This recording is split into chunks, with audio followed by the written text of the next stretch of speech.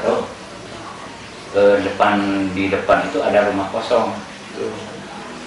Itu seperti ada yang menyalakan lampu, ada yang masuk menyalakan lampu. Padahal si rumah itu memang kosong. Emang kosong gitu. Tiba-tiba lampu nyala. kita nggak tahu. Kita feeling kita ya itu mah orang biasa gitu ya, diam aja. Pas keesokan harinya nanya ke yang punya rumah, ke tuan rumah, ini rumah ada penghuni kosong, yang dari malam ada yang nyalain lampu, nggak ada katanya. Tuh sih yang suka jaganya juga tuh baru masuk, baru nyalain. Kalau yang malam siapa? Itu mah biasa.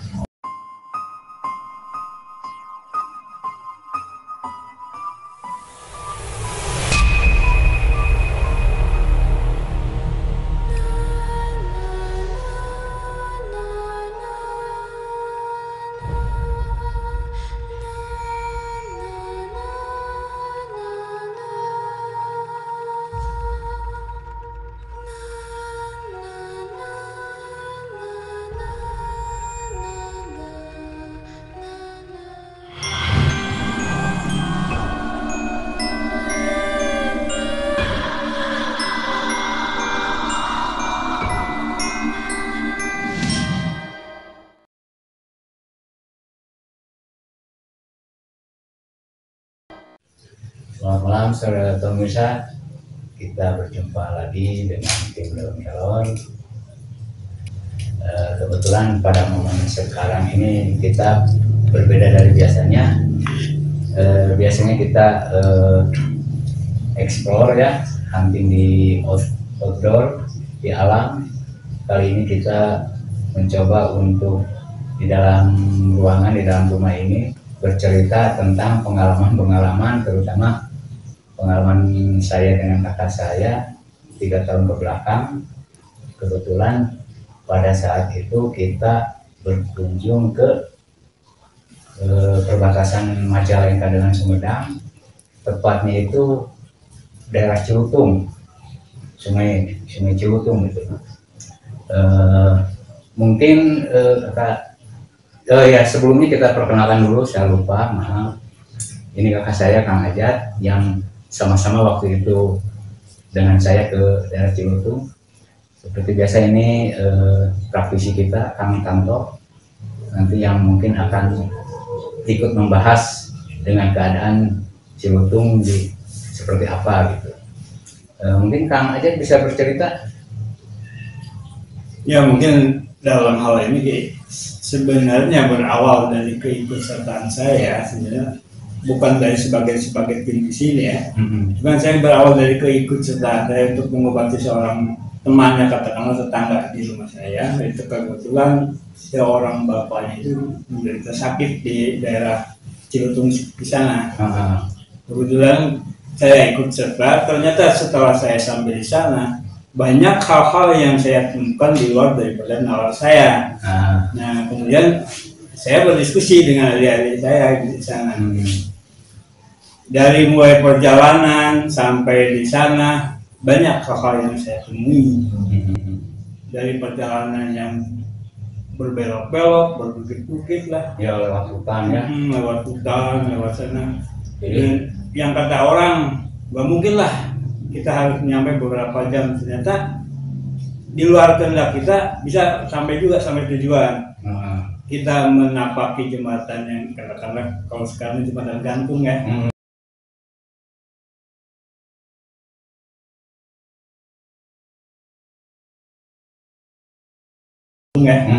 Hampir 150 meter mungkin ya. Kalau kata orang di sana mungkin 125 meter. 125 meter ya. Jadi si kendaraan itu, si mobil itu tidak bisa masuk ke desanya. Itu kendaraan parkir di pinggir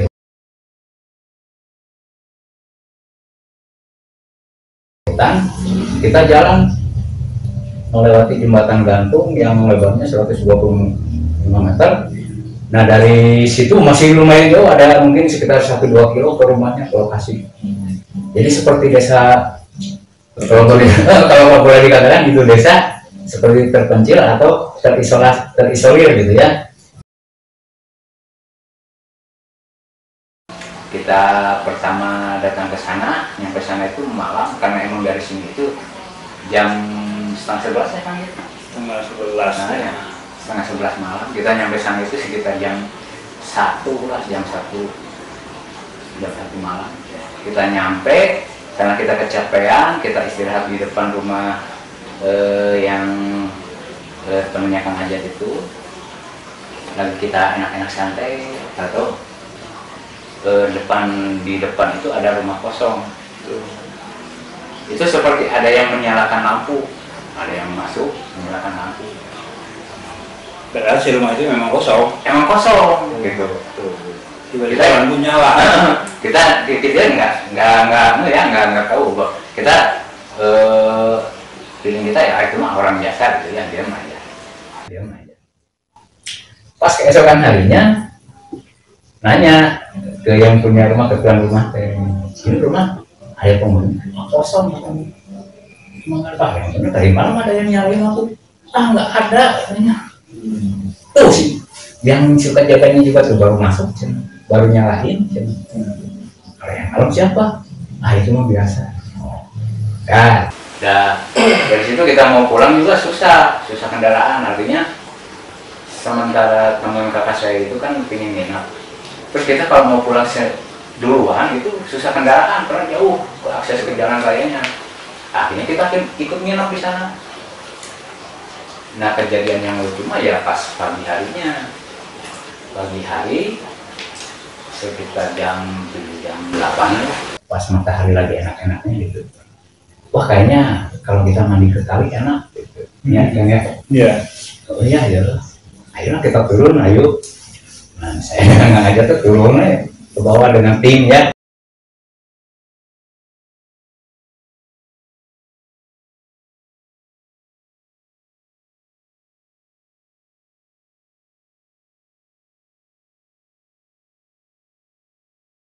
Kebetulan tim yang rekan-rekan yang saat itu ikut, kebetulan saat ini tidak bisa ikut bergabung dengan kita. Gitu. Nah, kita mungkin waktu itu ada saya Kang Ajat dengan rekan saya satu lagi, terus dengan tuan rumah si almarhum dengan putranya, kita berlima turun ke kali. Wah, begitu melihat kali yang Kita main lah di sungai gitu kan. Biasa kan orang kota melihat sungai dengan batu-batu yang gede, wah senang gitu.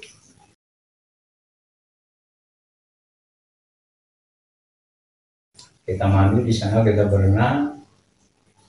Nah, yang kejadian yang lucu, saya malah lagi berenang dengan rekan saya ini, Kang Ajat dengan tuan rumah, dengan putranya itu di pinggir ngeliatin, terus dipoto sama rekan saya kan, dipoto. Tiba-tiba begitu dilihat hasilnya itu di sebelahnya itu ada monyet. Padahal saat itu tidak ada. Ada menyerupai monyet itu.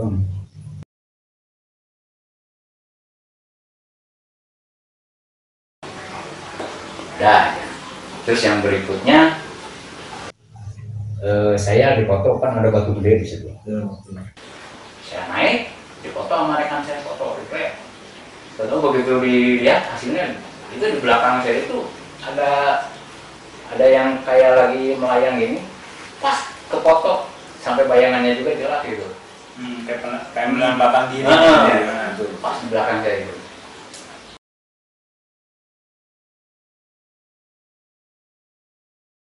Itu yang aneh.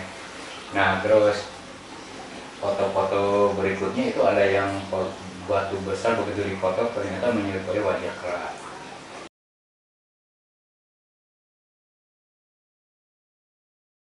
Terus ada yang kelihatan seperti seorang putri. Itu ada. Nah, kita kan nggak tahu ya. Nah, kita mandi ya. Kadang mandi di sungai gimana, terus kita dia di sebuah batu, tapi orang-orang di sana heran melihat kita kok berani duduk di batu itu, sementara kata orang-orang di sana itu batu katanya ini batu Cina, ada yang menyebutnya mirip orang Cina. Sementara kan kita nggak tahu seenaknya aja main batu di situ. Sementara orang-orang sana itu kayak disakralkan si batu itu.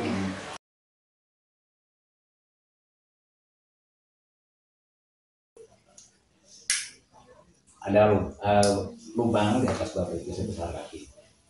Itu terisi air. Itu biarpun musim kemarau panjang, si sungai itu kering, tapi itu air tetap ada, nggak kalau ini mungkin nggak saat lah kalau bahasa Sundanya. Ini yang tadi diceritakan dari awal sampai akhir. Ya. Belum akhir ya, belum berakhir ya. Belum. Nah, Banyak ini, masih. tadi ada saat mungkin untuk apa namanya dari awal pergi ya,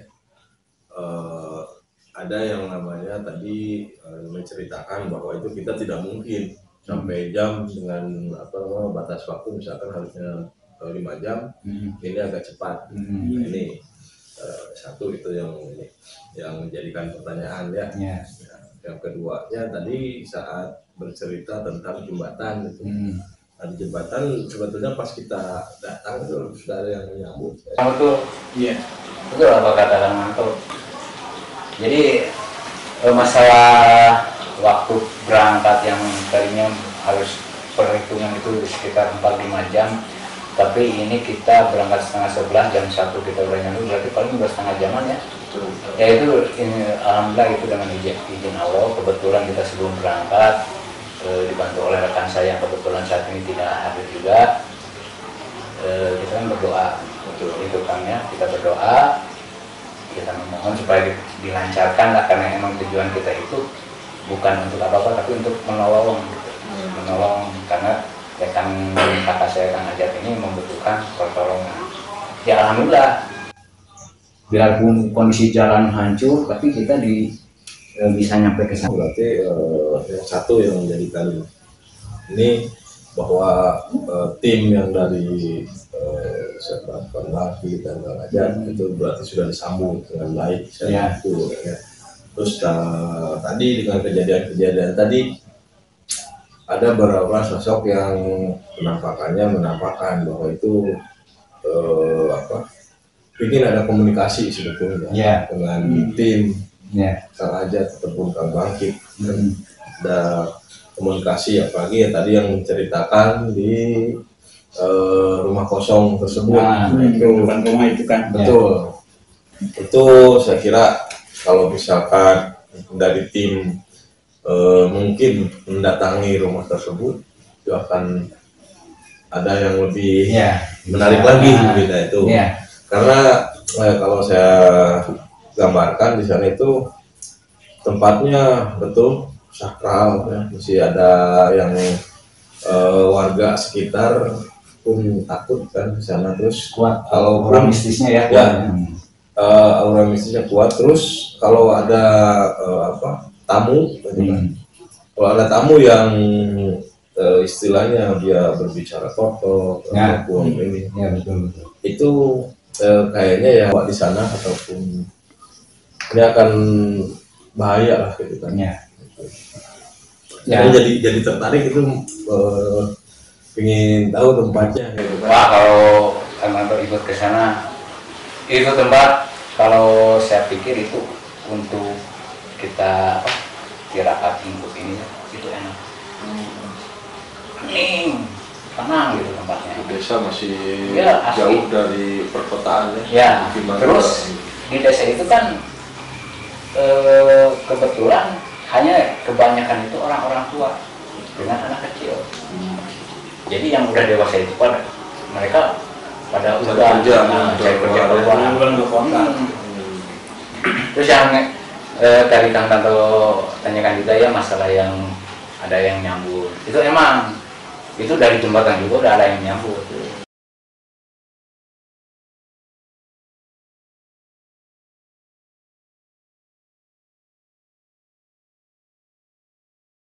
Halnya begitu, kebetulan rekan saya yang melihat, rekan saya itu melihat itu ada sesosok buaya di bawah jembatan itu buaya putih. Nah itu di bawah jembatan.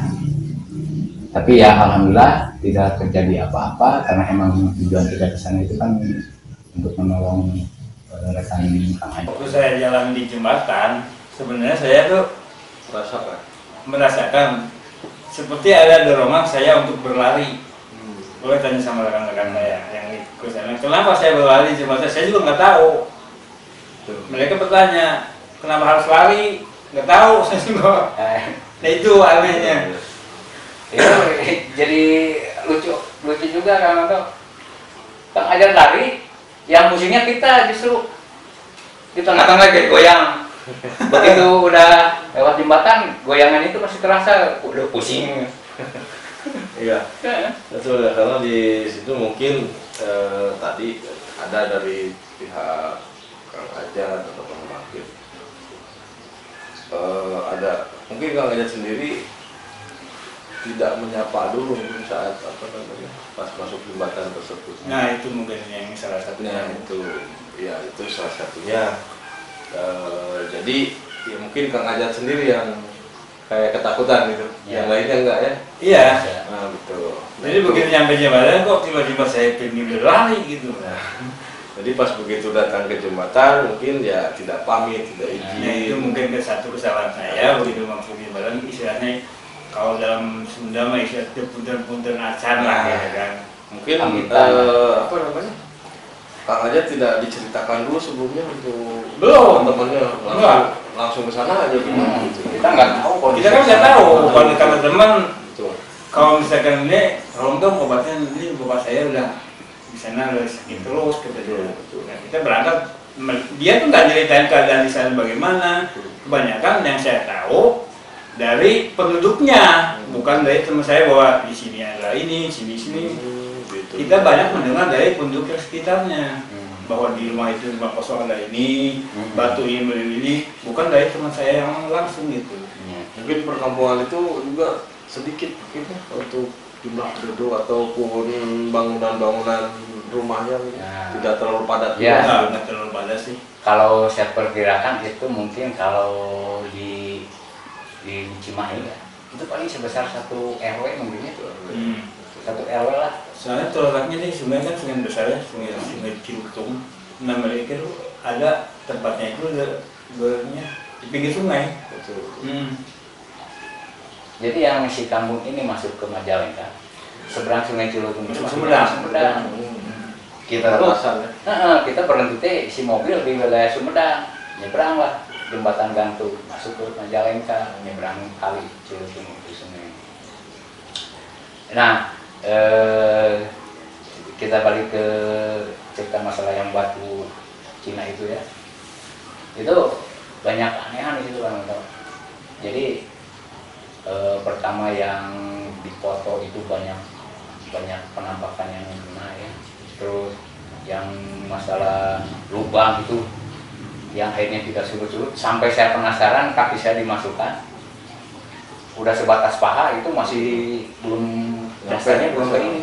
Akhirnya jadi punya rasa takut sendiri, saya tarik lagi aja gitu. Takut dari bawah ada yang gimana gitu. Astagfirullahaladzim, saya tarik lagi.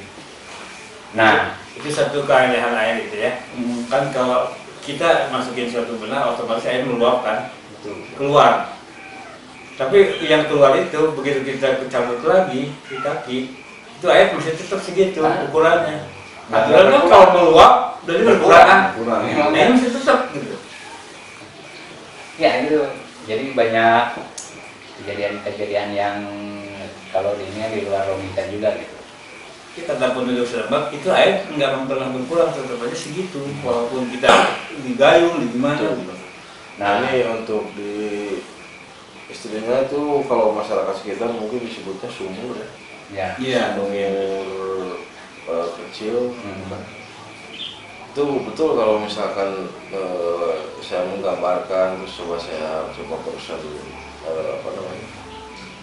menerawang misalnya, bahwa di situ betul kalau di tempat itu disakralkan oleh masyarakat sekitar. Karena banyak masyarakat yang pingin kekayaan bisa. Nah ya itu banyak masyarakat yang ingin kekayaan, dia datang ke batu tersebut mungkin ya bahwa Iya sih, menurut cerita penduduk memang banyak juga yang datang sih. nah betul itu batu itu dianggap masyarakat luas ataupun sekitar situ itu tadi tujuannya untuk memperkaya diri. Ya. Oh yang saya barusan coba lihat itu kan. Terus ada lagi cerita dari masyarakat sana itu yang kejanggalan lainnya gitu ya, keanehan. Itu kan kalau datang banjir bandang itu batu sebesar apapun itu pasti hanyut, Betul. termasuk batu Cina itu. Tapi begitu banjir surut itu batu udah ada di tempat asalnya lagi.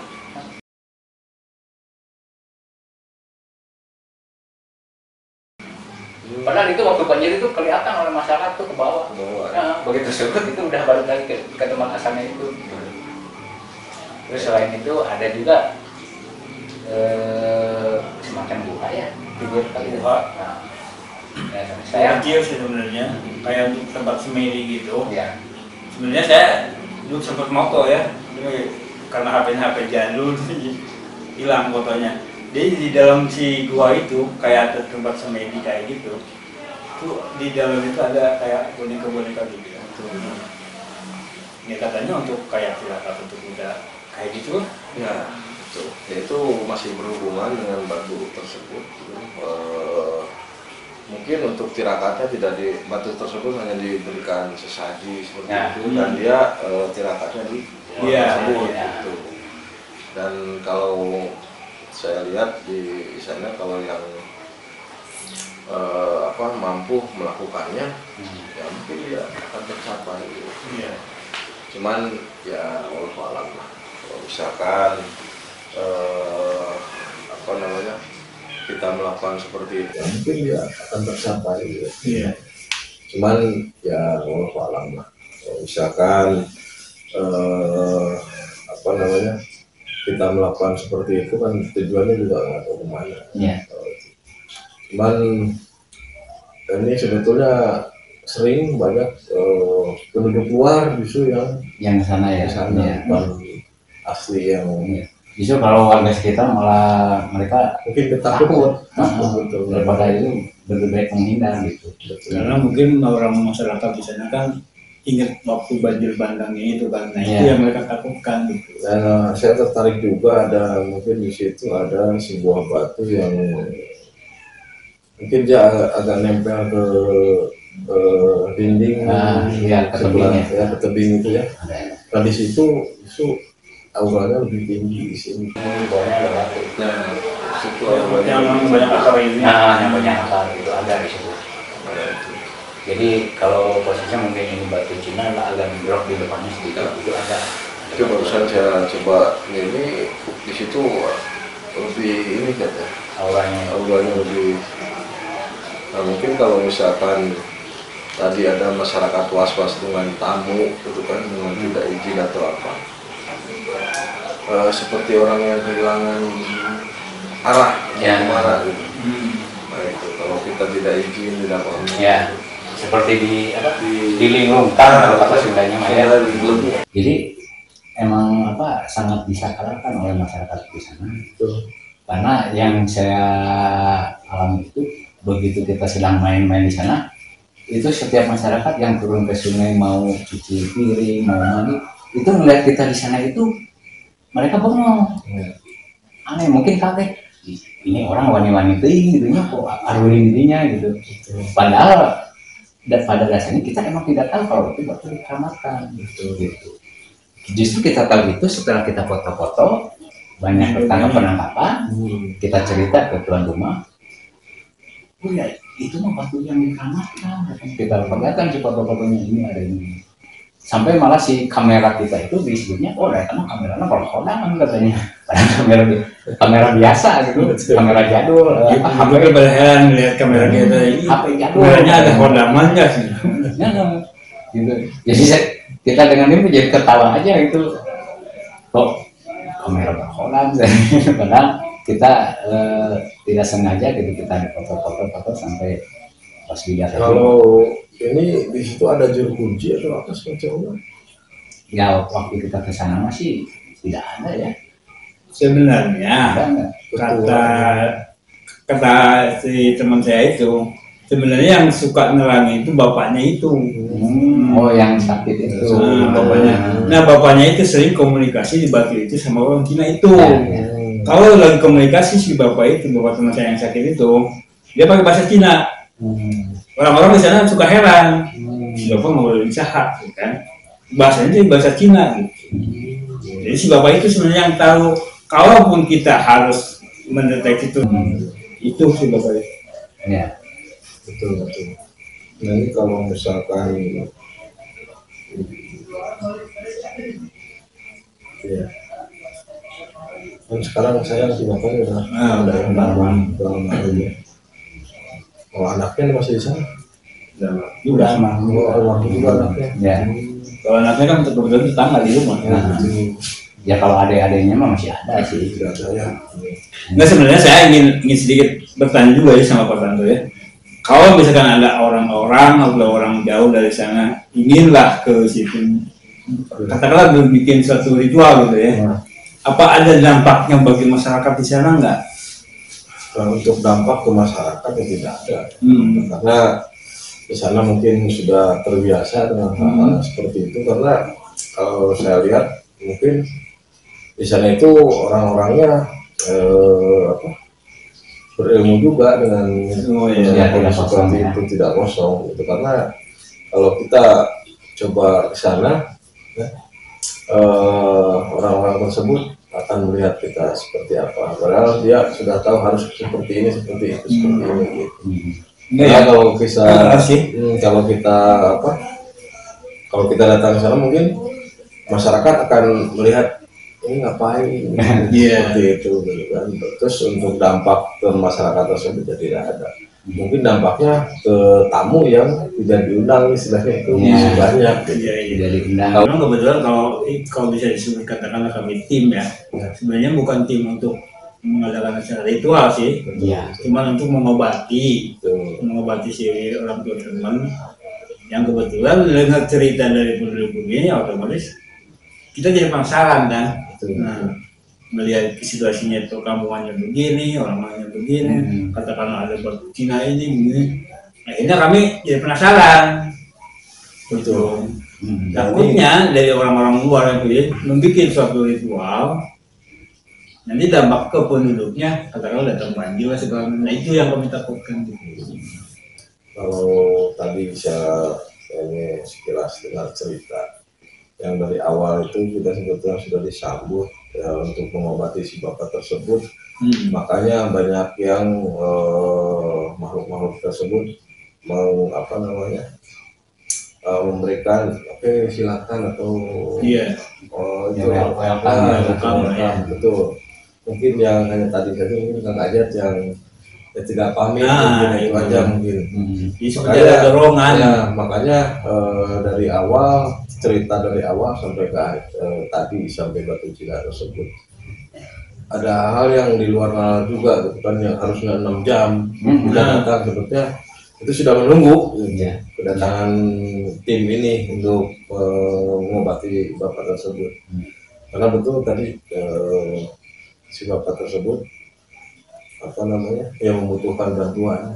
Makanya ada yang harusnya tadi 6 jam jadi 4 jam gitu kan, seperti itu. Sudah kalau rintangan di jalan awas. Gitu.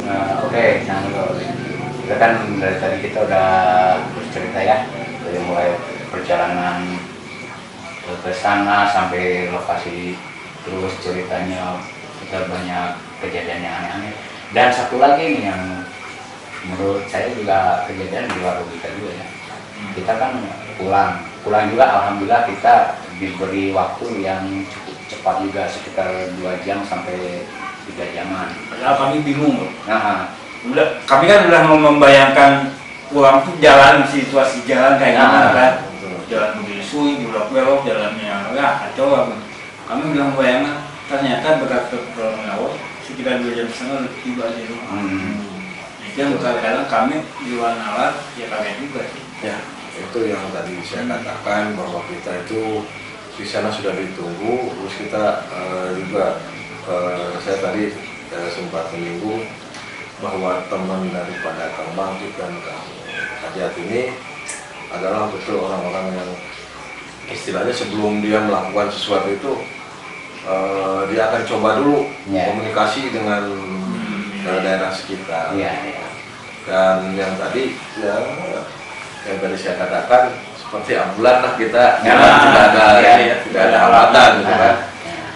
Dan mungkin saya juga penasaran ini mungkin dari Kang Bangkit atau ini itu sudah diberikan bekal ataupun sejenis benda gitu kan ya. Nah mungkin itu benda tersebut yang diberikan terhadap siapa saja mungkin yang memiliki kunci gitu. Kalau misalkan Kang Bangkit pernah diberikan benda ataupun tangannya.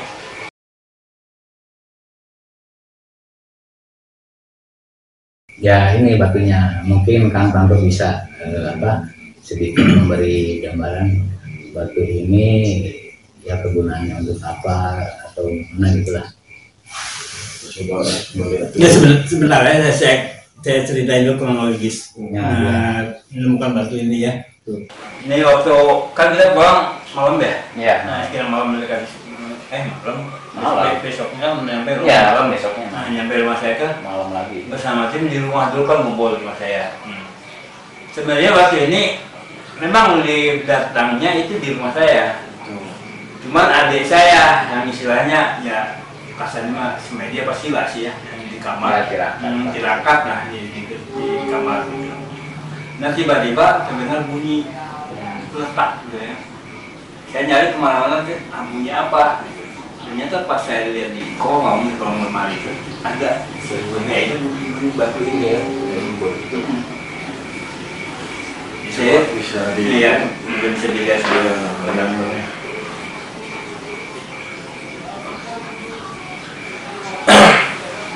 Nah betul, ini saat kedatangan itu ini sebetulnya batu dari sana. Batu dari sana yang menggambarkan bahwa apabila Kang Bangkit Kang Ajat mau ke sana lagi, kita sudah diberikan izin ataupun kalau zaman dahulu itu ada yang namanya kunci. Nah kunci seperti itu. Kita kalau misalkan mau datang ke sana lagi, tidak perlu pisah dengan apa lagi gitu. Itu kalaupun ada yang berminat, tadi yang saya ceritakan kalau mau tirakat di sana, ini ada kuncinya, bisa mencoba kalau mau hal-hal yang ya kalau misalkan rezeki itu kan nggak tahu dari mana kan. Ya ini bisa kalau misalkan Kang Bangkit dan Kang Ajat kembali lagi ke sana, mau tirakat di sana ya dengan niat yang istilahnya niatnya betul-betul kita minta itu kepada yang di atas gitu. Ini batu ini ada sosok kakek-kakek tua ya, berjenggot juga pak kayak saya. Oh gitu ya. Berjenggot gitu. Tapi nggak pakai jaket kayak teman dong. Nah ini bagus ini jadi kalau misalkan Kang Ajat dan Kang Bangkit mau coba berinteraksi lagi di sana dengan hal-hal yang ada di sana, ini akan lebih mempermudah. Seperti itu Kang Ajat. Kalau misalkan Kang Ajat mau nanti coba lagi ke daerah Cilutung ya. Nah itu boleh dengan tim yang Kang Ajat kemarin sama Kang Bangkit diajak lagi ke sana. Dan kalaupun mau ritual dengan meminta dengan niat yang baik, ini akan memuluskan niat Kang Ajat dan Kang Bangkit. Oke, terima kasih penjelasannya Kang Tanto ya. Jadi kita udah dari awal sampai akhir sampai pulang kita dikasih oleh-oleh, kita udah bercerita, udah semuanya kita ceritakan nih tentang perjalanan kita, pengalaman kita 3 tahun yang lalu ke daerah Cilutung di perbatasan Sumedang dengan Majalengka. Jadi sekarang kita pamit ke pemirsa. Terima kasih atas kesediaan Kang Tanto menerangkan Ya, terima kasih. dengan mengawal ke sana. Kang Ajat juga terima kasih atas waktunya. Pemirsa, demikian pengalaman yang saya alami dengan kakak saya 3 tahun yang lalu. Kita sudah bercerita. Saya harap pengalaman ini bisa bermanfaat. Apapun yang terjadi, kita tetap segala sesuatu itu, pertolongan itu tetap pada yang di atas. Jangan lupa kasih like dengan subscribe. Akhir kata, assalamualaikum warahmatullahi wabarakatuh. Sampai jumpa di episode berikutnya. Dengan cerita yang lebih menarik.